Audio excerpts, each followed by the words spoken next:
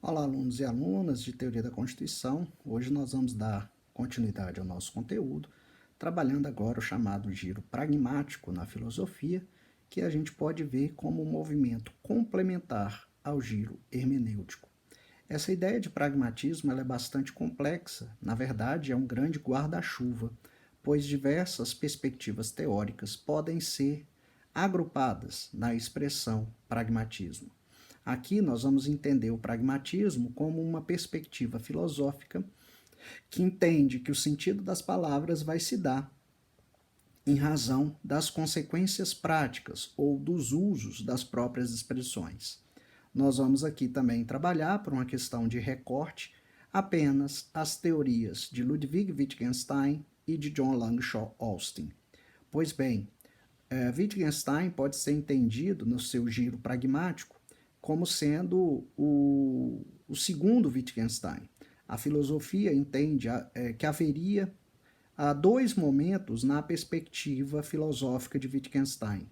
Uma primeira perspectiva voltada para o chamado positivismo lógico, ou neopositivismo, em que o autor vai entender que, na verdade, a linguagem serve como uma ponte para ligar o mundo exterior e o mundo interior. Portanto, a linguagem seria um espelho da natureza, de modo que, por meio da linguagem, seria capaz de descrever toda a realidade do mundo.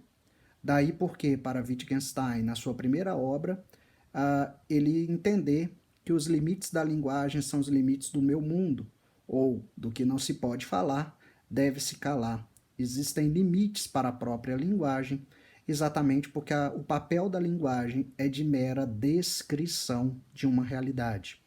No entanto, né, a partir da Segunda Guerra Mundial, após a Segunda Guerra Mundial, Wittgenstein vai mudar de perspectiva e vai então defender que, na verdade, a linguagem ela serve para muito mais coisa do que apenas descrever uma realidade exterior. Podemos fazer coisas com palavras, como dirá Austin posteriormente.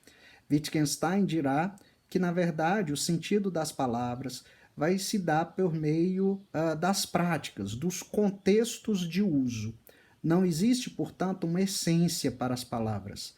Não existe, portanto, uma essência para a linguagem. A linguagem não apenas descreve uma realidade, mas existem diversos jogos. Dependendo do jogo, dependendo da prática, nós vamos ter, né, a perspectiva, ou vamos saber o significado das coisas, o significado das palavras. Portanto, o contexto de uso é que vai determinar o significado das palavras e das próprias expressões. É isso, né, de modo aproximado, que Wittgenstein vai denominar de jogos de linguagem. A questão da linguagem, portanto, está vinculada a uma prática social. Né? Então, nós sabemos falar uma língua na medida em que nós somos capazes de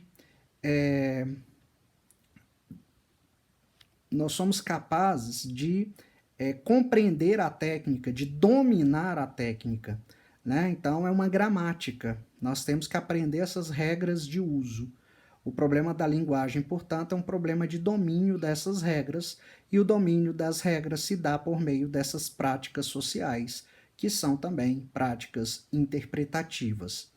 Mas quantos jogos existem? O que nós podemos fazer com a linguagem?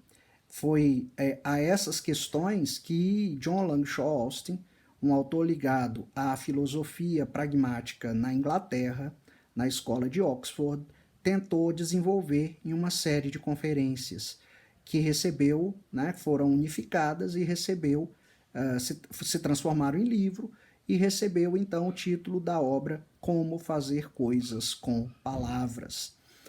Austin, né, num intuito meramente classificatório e didático, dirá que nós podemos fazer basicamente três coisas com a linguagem.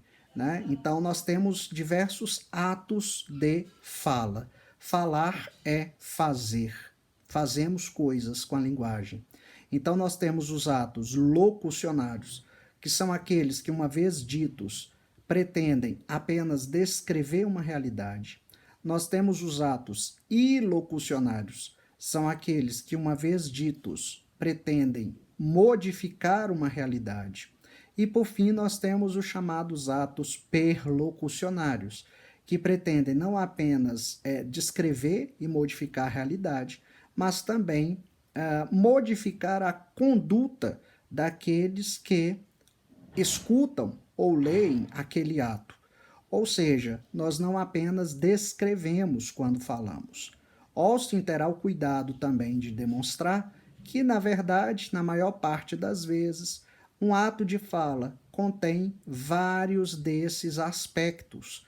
Essa classificação ela é meramente didática para demonstrar, né, que falar é fazer, que nós fazemos coisas com palavras e, portanto, não existe essa separação radical entre o aspecto subjetivo e o aspecto objetivo, entre a própria teoria e a prática.